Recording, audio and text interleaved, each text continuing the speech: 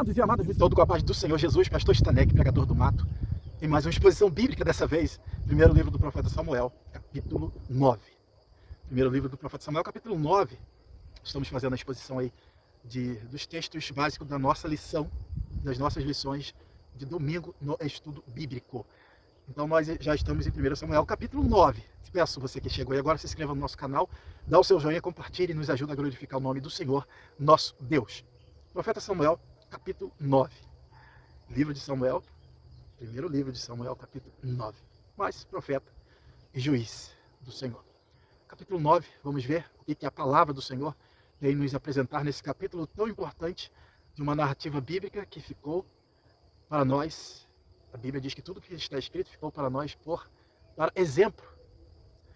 Enfim, terminamos o capítulo 8. Dá uma conferida aí na exposição do capítulo 8. Também do nosso canal no YouTube. No capítulo 8, terminamos o povo pedindo a Samuel um rei. Queremos um rei. Então Samuel, ele vai dar as instruções para o povo acerca dos direitos do rei. O rei teria direito sobre seus filhos, suas filhas, e sobre suas posses, tudo que eles possuíam. O rei teria direito sobre tudo que é deles, uma vinha, uma lavoura, uma plantação, enfim. O rei teria direito. Então Samuel, no capítulo 8, ele despede cada um líder para suas casas, esperando, obviamente, a resposta do Senhor. O povo clama a Samuel e Samuel clama a Deus. Um líder, assim como foi Moisés e também Josué. O povo clama a ele: nós, dai-nos um rei. Não queremos você, não queremos seus filhos, então dai-nos um rei. E ele vai clamar a Deus. Vai, volta cada um para suas casas, porque eu vou clamar a Deus. E vamos ver como que Deus vai proceder um rei para vocês, já que ele concordou, mandou eu dar ouvido à voz de vocês. Deus disse a Samuel: dá ouvido ao povo, faz o que eles querem. Vamos seguir a concupiscência do coração deles. E isso é muito perigoso. Quando há muito tempo, o povo de Israel vem pedindo um rei. Lembra? Desde já falamos na exposição passada de Gideão. Teve um lá que se foi proclamado rei, tal do Abimeleque. Enfim, há muito tempo o povo vem pedindo um rei. E vem insistindo, e Deus vai dizendo não, até que ele entrega o homem às suas próprias concupiscências. E ele diz depois: não adianta clamar, porque eu vou ouvir, mas não vou nos atender nesse assunto. Então, quando Deus diz não, é não. Mas nós tendemos a ficar insistindo. E Deus acaba permitindo, como está permitindo aqui, é uma vontade permissiva de Deus. Deus está atendendo à concupiscência dos homens, que estão querendo ter, porque os outros têm.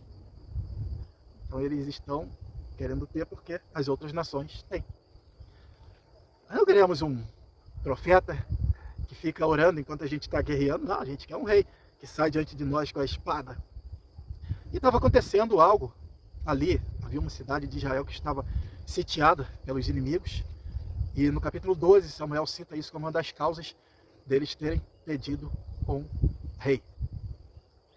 Então nós vamos entrar na exposição aqui do capítulo 9, versículo 1.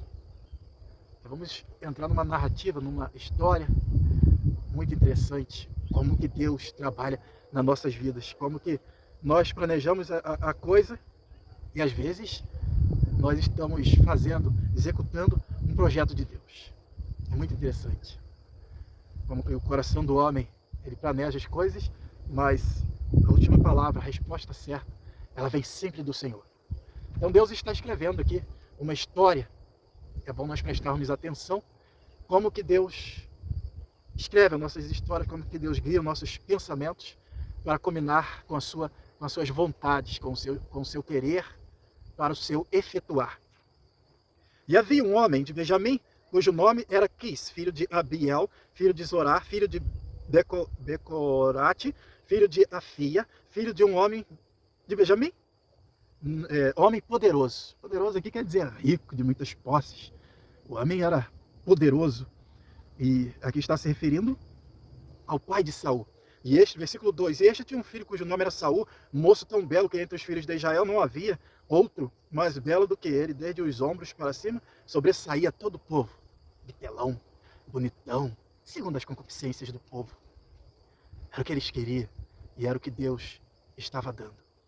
Cuidado com Saul que está diante dos seus olhos. Cuidado. Bonitão, bonitona. Cuidado com as aparências. Cuidado com a concupiscência dos olhos. Cuidado com a soberba da vida. Exortação de Deus para nós a partir desse texto. Deus está escolhendo. É bom nós prestarmos atenção nisso aqui. Eu já falei isso em outras exposições, em outros livros, no de Ruth. Ruth, como que Deus escolhe a narrativa que vai falar sobre Ana, sobre os seus pais, falar que é uma mulher de família, uma mulher que tinha esposo, enfim, tinha uma origem familiar, não é uma mulher à toa, uma mulher da vida, uma mulher que está por aí vagabundando, não.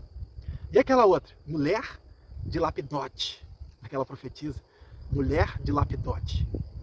Deus está aí fechando as portas para o feminismo, para várias coisas aí, para essas narrativas mostram como que Deus é ordeiro, como que ele trabalha com princípio moral, princípio de caráter, de pessoas honradas, pessoas de famílias, não são pessoas vagabundas, à toa, não. Porque a palavra de Deus, ela diz que é pecado estar ocioso. E o que é estar ocioso? Desocupado, à toa, sem fazer nada. Isso é pecado. Não andeis ociosos, ou seja, não estejais desocupado. Então é importante essa narrativa aqui, que ela vai entrar. Ó, vamos ver em Juízes 4. Débora, uma profetisa. Não, versículo 4, eu não anotei aqui o capítulo. Mas uma profetisa, mulher de Lapidote, liderava Israel naquela época. Não é uma mulher qualquer, é a mulher de Lapidote. Interessante, né? Olha só. A questão de Ana. Houve um homem de Ramat Efraim, da montanha de Efraim, cujo nome era Eucana, filho de Jeroão, filho de Eiúde, filho de Toá, filho de Zuf, Efrateu, e este tinha duas mulheres, o nome de uma era Ana, e o nome da outra Penina. Penina tinha filhos, Ana não os tinha. Não é uma pessoa aleatória, não. Deus trabalha, Deus faz as coisas organizado. Então é muito importante quando entra a narrativa assim, falando sobre o pai, a origem de Saul. Deus é ordeiro. Um homem belo e rico, de família poderosa, de muitas posses. Versículo 3. Perderam as jumentas de Quis, se perderam as jumentas de Quis. Então ele manda Saul chamar seu moço para procurar os animais. As jumentas se perderam. Mais uma vez, Deus está usando as jumentas. A jumenta, a mula de Balaão, Deus vai usar, e Jesus vai entrar em Jerusalém montado numa jumentinha. E, enfim, Deus, até uma mensagem, os animais que ouviram a voz de Deus. E essas jumentas, elas simplesmente se perderam. Mas não foi uma coisa aleatória. Deus está nessa narrativa. Deus está nessa história. Então vai ser chamado Saul e o seu moço para procurar os animais. Quando a Bíblia narra aqui o moço, o pai manda um moço, nós estamos falando de alguém criado em casa, como Eliezer, o mordomo de Abraão, que é enviado o seu moço. É alguém criado em casa. A cria da casa nasceu de um servo. Então alguém de confiança. Não é um escravo, uma pessoa que veio de fora. Não, é uma cria da casa. É considerado, como se fosse da família.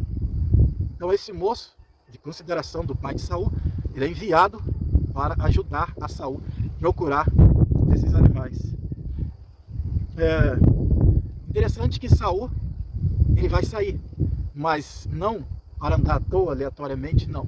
Ele vai sair debaixo de autoridade, debaixo da autoridade do pai.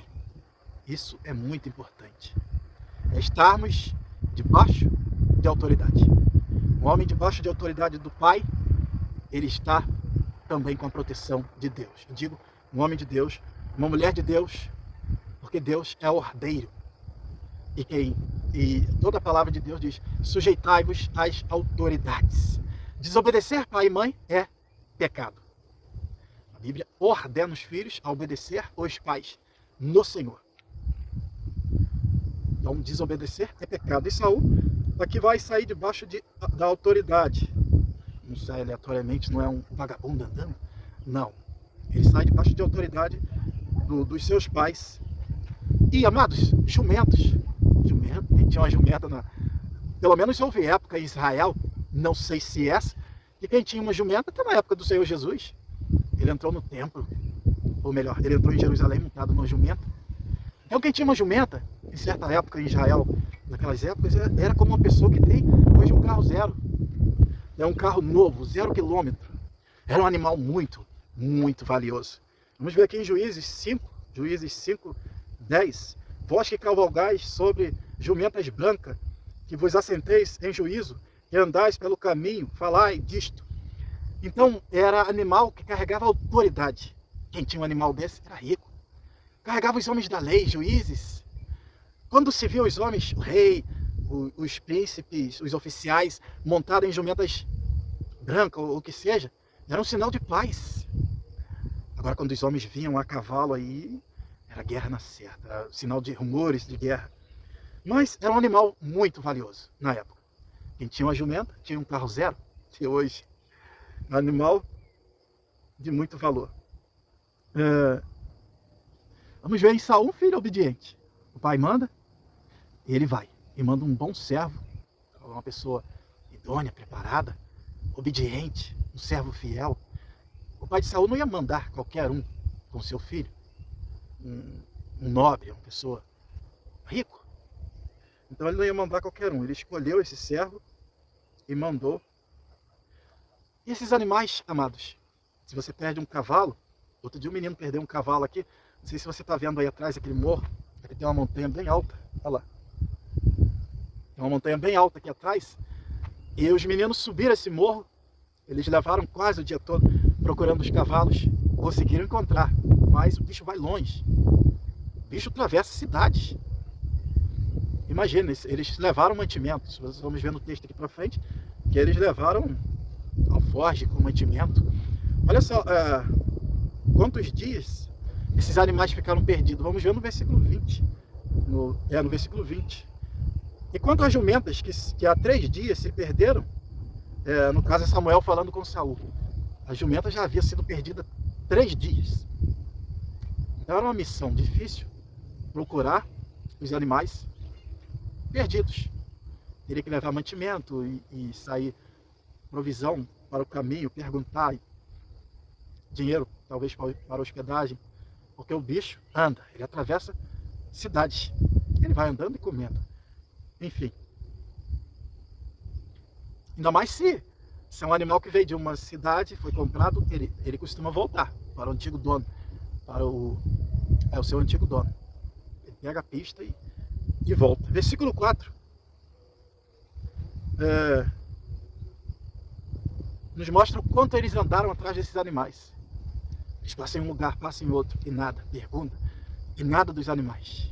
Os animais estão perdidos. Versículo 5, Saul diz ao seu moço, vamos voltar. Vamos voltar porque meu pai, ele já esqueceu dos animais, agora ele está preocupado comigo e com você. Vamos voltar. Vamos voltar para casa. Ele já se esqueceu dos animais e agora está preocupado conosco. Sempre que mandamos os nossos filhos na rua, na padaria, no mercado, ou que vão mesmo ao colégio, enfim, nós memorizamos um tempo para que eles voltem.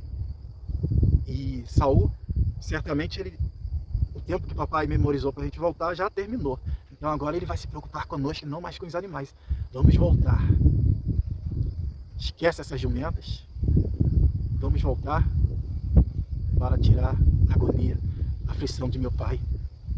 Agora não mais pelos animais, já mostramos que é valioso, mas a agonia por nós.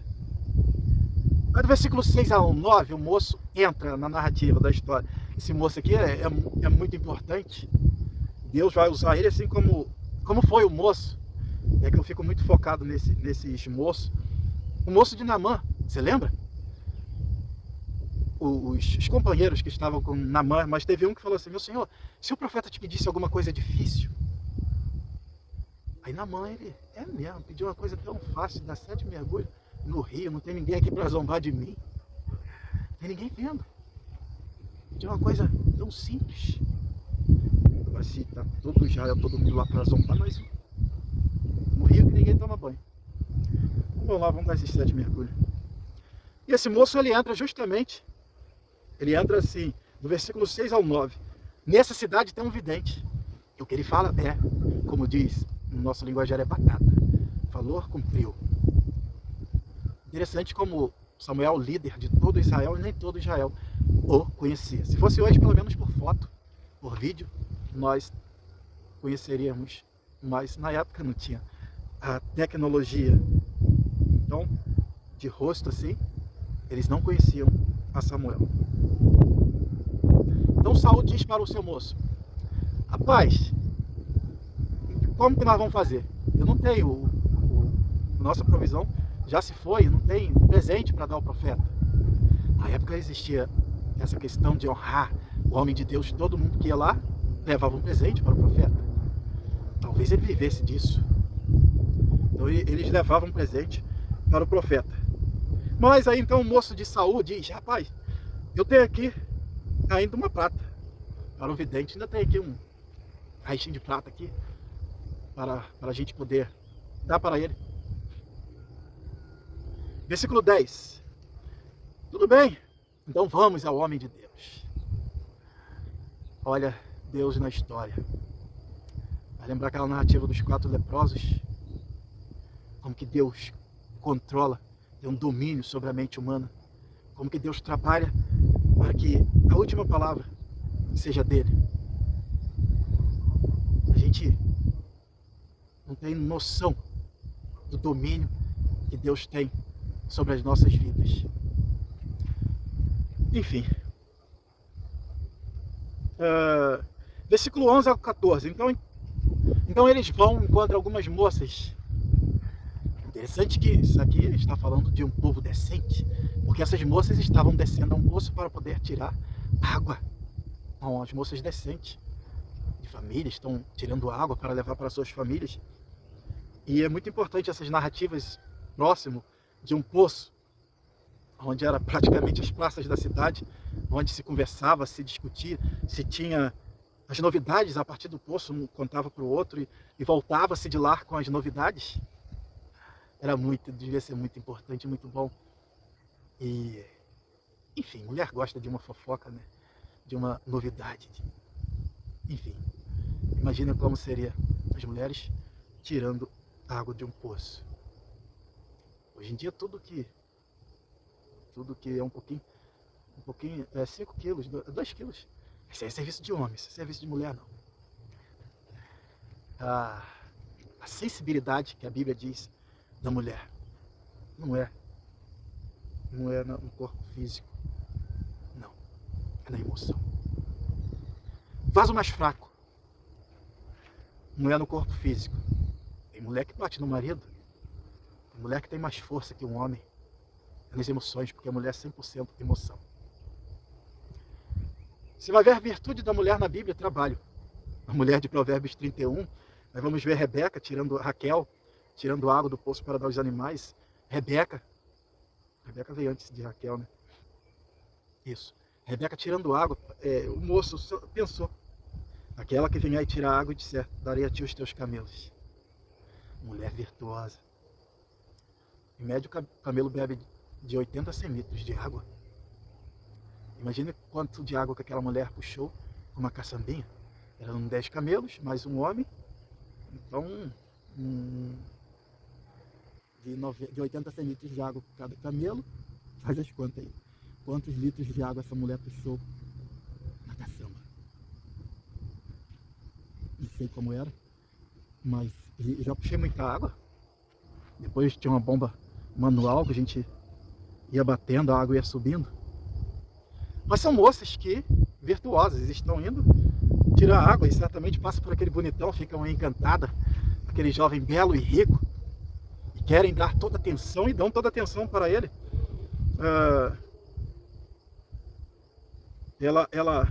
Elas vão dar toda a atenção para Samuel, do versículo 11 ao 14. Então elas disseram para... Toda atenção para Saul. Então elas disseram para Saul: ih, ele está logo aí na sua frente. Se você andar depressa, você vai alcançá-lo.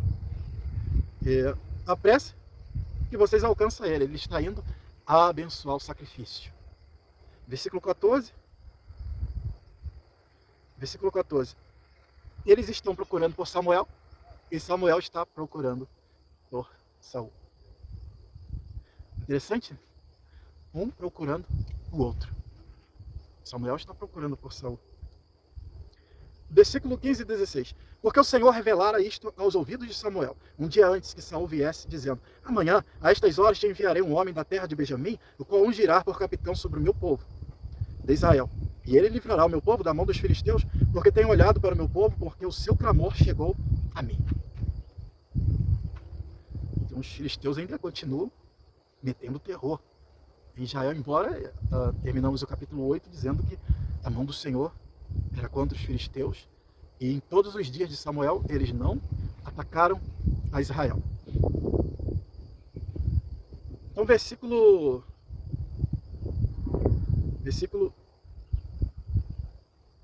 17 ao 19. 17 ao 19. Samuel tinha chegado à porta da cidade. Devia ser ali o portão, a entrada da cidade. As cidades antigamente eram fortificadas, muradas. E Samuel, ele vai chegar à porta da cidade. E ele vai ver aquele homem alto, que se destacava dentre todos os homens. O Senhor, ao ele fitar os olhos em Saul, o Senhor fala: é esse camarada aí que eu escolhi para ser o príncipe do meu povo. É esse camarada aí que eu escolhi. E Saul pergunta: o senhor sabe onde está o vidente? Há um contraste, um procurando o outro, e os dois se encontram. E o Senhor fala: é esse. E Saul, a pergunta de Saul facilita tudo. A pergunta que ele faz: o senhor sabe onde eu encontro o vidente? Onde mora, onde está o vidente? É por isso que lá na frente, quando Deus manda ungir a Davi, quando entra Eliabe, Samuel é esse. Ele pensa que Deus vai usar o mesmo critério. Não, é que Deus está atendendo à concupiscência do coração do povo, dos homens.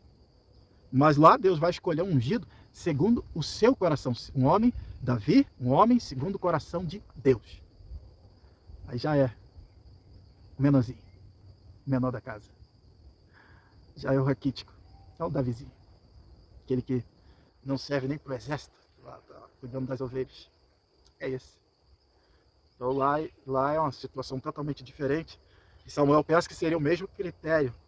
Um homem grande, bonitão. Samuel diz: só é o vidente, rapaz. Você bateu na porta certa. Sabe aquela pessoa que Deus envia para resolver a sua vida quando você está perdido? Nós estamos perdidos e de repente Deus envia alguém para resolver todas as nossas vidas e nos guia até aquela pessoa. É justamente isso que Deus está fazendo aqui, guiando um para o outro. Um está procurando o outro e vai dar tudo certo. Vamos ver isso lá em Ruth, no livro de Ruth. O Senhor guiando Ruth até Boaz, guiando a plantação de Boaz e até Boaz, que Deus está escrevendo uma história. Já aconteceu isso contigo? Deus te guiar até uma pessoa que vai te ajudar, que vai te mostrar o caminho, que vai... como se fosse uma lâmpada em meio a tantas trevas que você está perdido. E de repente, já aconteceu isso comigo várias vezes, e acredito que com você também. A bondade, o amor e a misericórdia e a compaixão de Deus derramado sobre nós. Então Samuel vai dizer: sou eu o vidente. Eu sou o vidente. Então Deus diz a Samuel: esse aí que eu escolhi. No versículo 19, olha só o versículo 19. E Samuel respondeu a Saul e disse: eu sou o vidente. Sobe diante de mim, ao alto, e comei hoje comigo. E pela manhã te despedirei, tudo quanto está no teu coração, eu vou te declarar. Vou falar tudo que está no teu coração, que é o que você está pensando. Eu vou te declarar. Saul não conhecia Samuel nesse contexto aqui, sendo Samuel o líder de todo Israel. Está procurando um vidente, encontra Samuel e o tem como um homem qualquer. Versículo 20. E quanto às jumentas que há 3 dias se perderam, não se ocupes o teu coração com elas, porque já se acharam. E para quem é todo o desejo de Israel, porventura não é para ti e para toda a casa de teu pai? Olha a palavra de Deus, ela muda o coração. O coração de Saul certamente ficou leve. As jumentas já foram achadas, rapaz. E não ocupes o teu coração, ou seja, não ocupe a tua mente. Pode descansar a tua mente dessas jumentas, porque elas já foram achadas. As jumentas já foram achadas. E voltando lá na história de Ana, quando Eli, o sumo sacerdote, ele diz a Ana: vai em paz, e Deus conceda a tua petição. E ela já saiu com o coração alegre, porque ela sentiu, a palavra de Deus penetrou e tranquilizou o coração de Ana, e ela creu. Assim, é isso que Deus faz. Ele tira o nosso fardo, aquilo que está nos pesando. Então é assim que ele faz com Saul. Não ocupes o teu coração com as jumentas. Descansa, rapaz. Já foi resolvido isso aí. Ainda no versículo 20. Para quem é todo o desejo de Israel? Porventura não é para ti? Para a casa do seu pai? Tu vai ser o rei de Israel, rapaz. Tu vai ser o rei. Saul vai entender que é isso que Samuel está falando para ele. Sobre a liderança, liderar sobre todo o povo de Israel. E aí ele faz como Gideão, né? Ele vai fazer como Gideão. A minha tribo e a minha família é menor. Que isso? Como pode isso? Enfim, ele vai fazer como Gideão. Versículo 22. Porém Samuel tomou a Saul e a seu moço e os levou à câmara e deu-lhes lugar acima de todos os convidados, que eram uns 30 homens. Nós conhecemos hoje a Câmara dos Deputados, dos vereadores, lá, o lugar dos lideranças, de gente grande. Então esses 30 homens aqui certamente eram líderes de Israel, homens de influências, homens que certamente montavam em jumentas brancas, não sei se certamente existia, ainda tinha aqui nessa época. Eu estou falando bem ainda tinha devido às tantas guerras que Israel teve, tantas baixas, tantos domínios que eles foram dominados, certamente foram saqueados. Mas é um povo rico, que está sob a proteção de Deus e que conquistaram as suas posses novamente.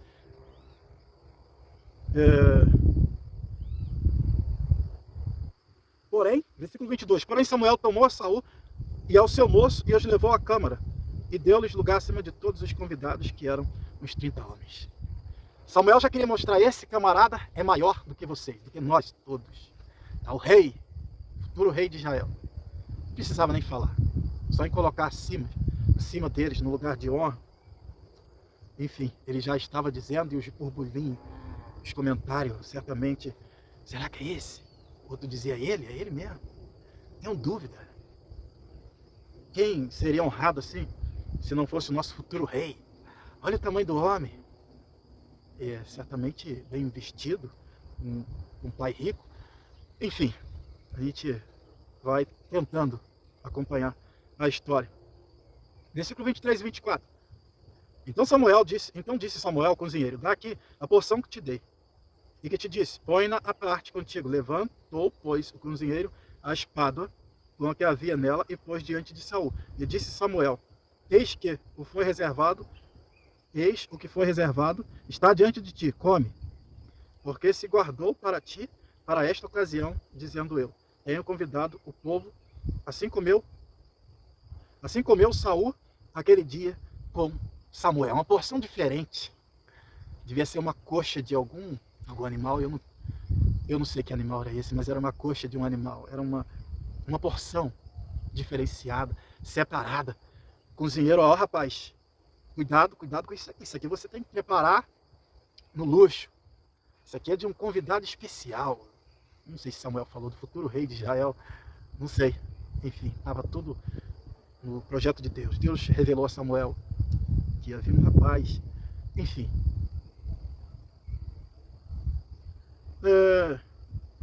A comida, a porção na comida sempre foi um destaque para honrar a pessoa amada, a autoridade, a pessoa acima. Isso é até hoje, isso é uma coisa que tem que ser respeitada.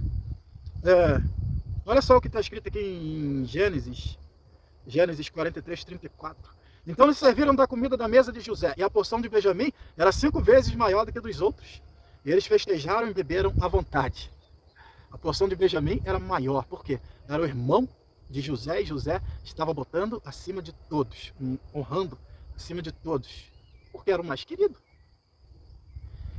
Pastor, mas eu não concordo com isso não. Negócio de honrar um mais que o outro, ver a história de José. Aí você não vai concordar com a parábola da vinha. Eu sou o senhor da vinha, eu faço o que eu quero do que é meu. E você tem que ganhar a sua porção e se conformar com ela. Ué? Todos têm que ser iguais. Tem que ser igual a nada. A Bíblia diz, dá honra a quem tem honra. Tem que ser nada igual. Na minha concepção, uma dona de casa não pode, uma mãe, uma chefe de família, não pode igualar o seu marido aos filhos. A porção dele tem que ser a maior. Autoridade sobre os filhos, sobre a família. A porção dele deve ser a primeira. Deve ser honrado pela esposa. Que conversa é essa? Que tudo tem que ser igual. Igualar, nivelar. Não é esse conceito bíblico, não.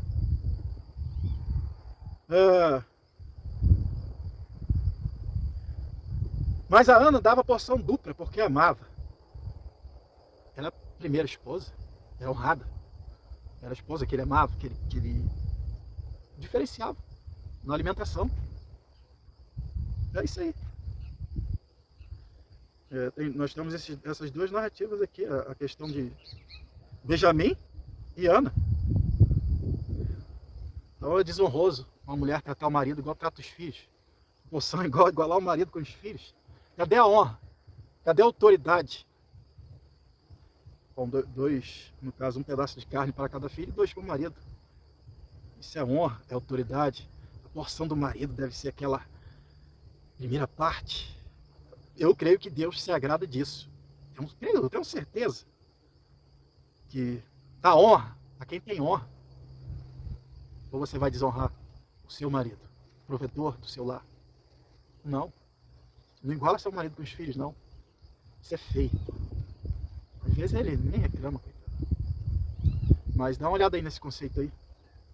Isso é muito bom, gente, prestar atenção nisso aí. Versículo 25.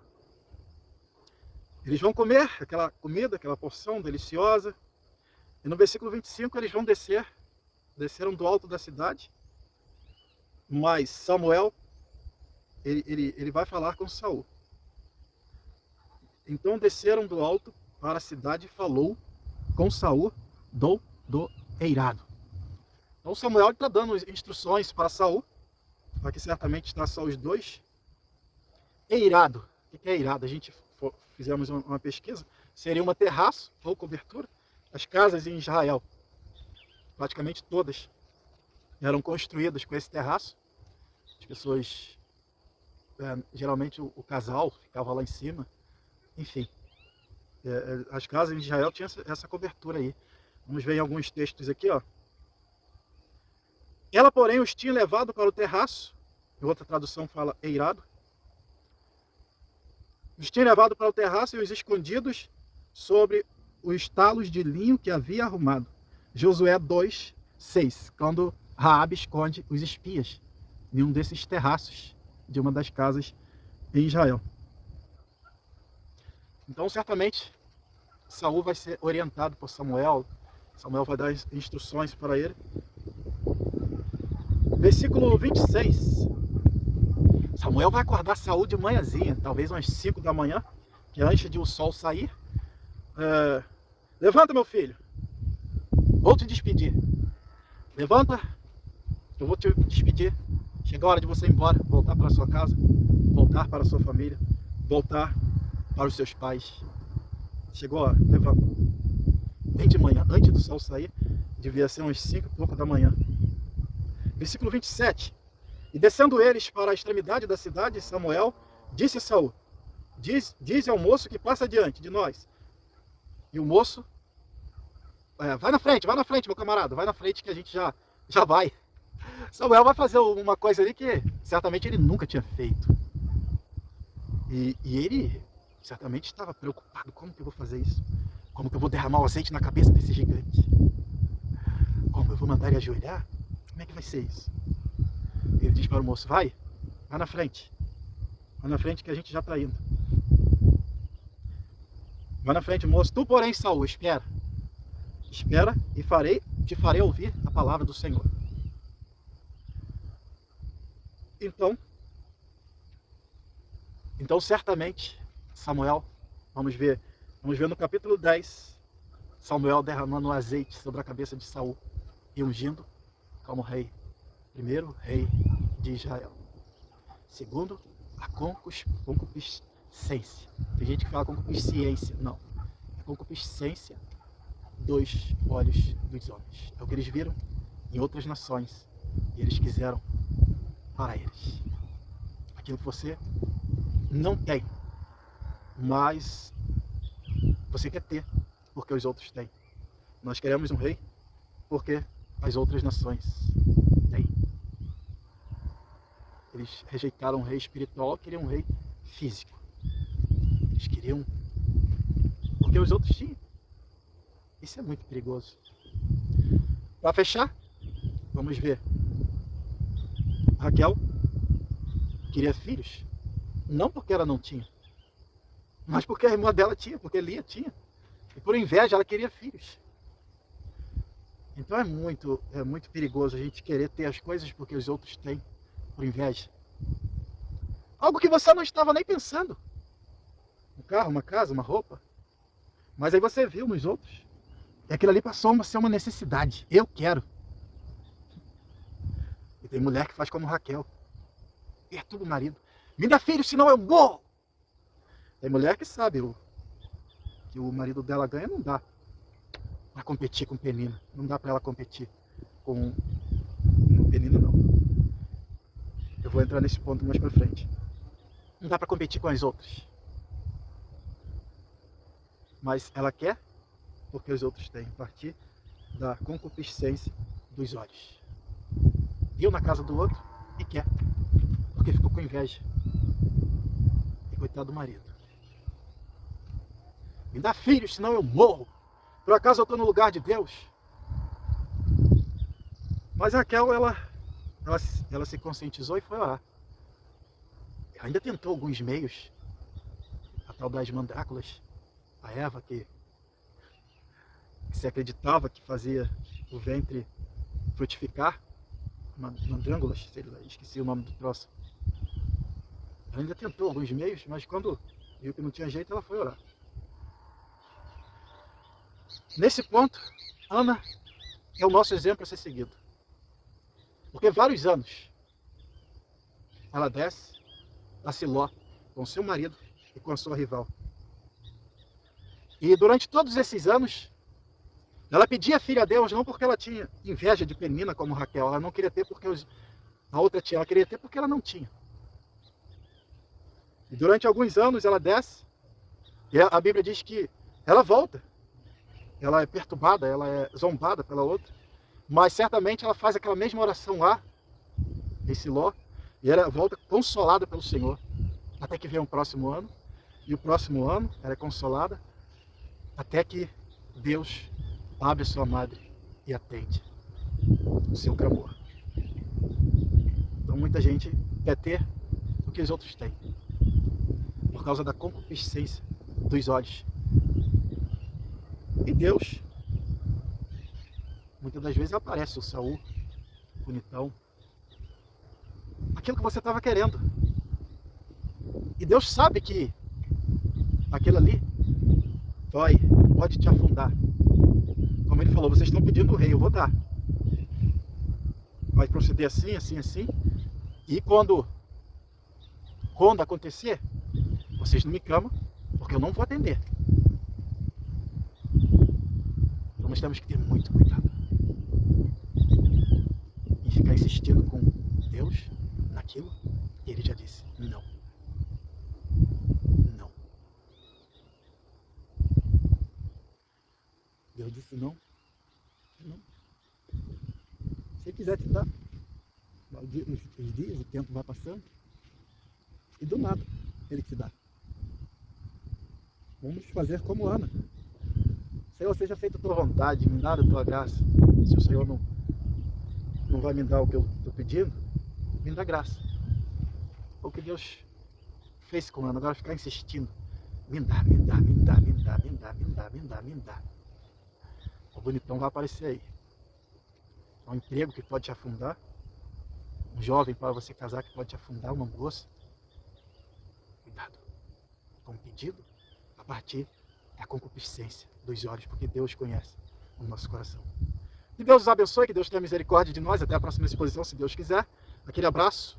Não se esqueça de compartilhar, se inscrever no canal. E Deus te abençoe.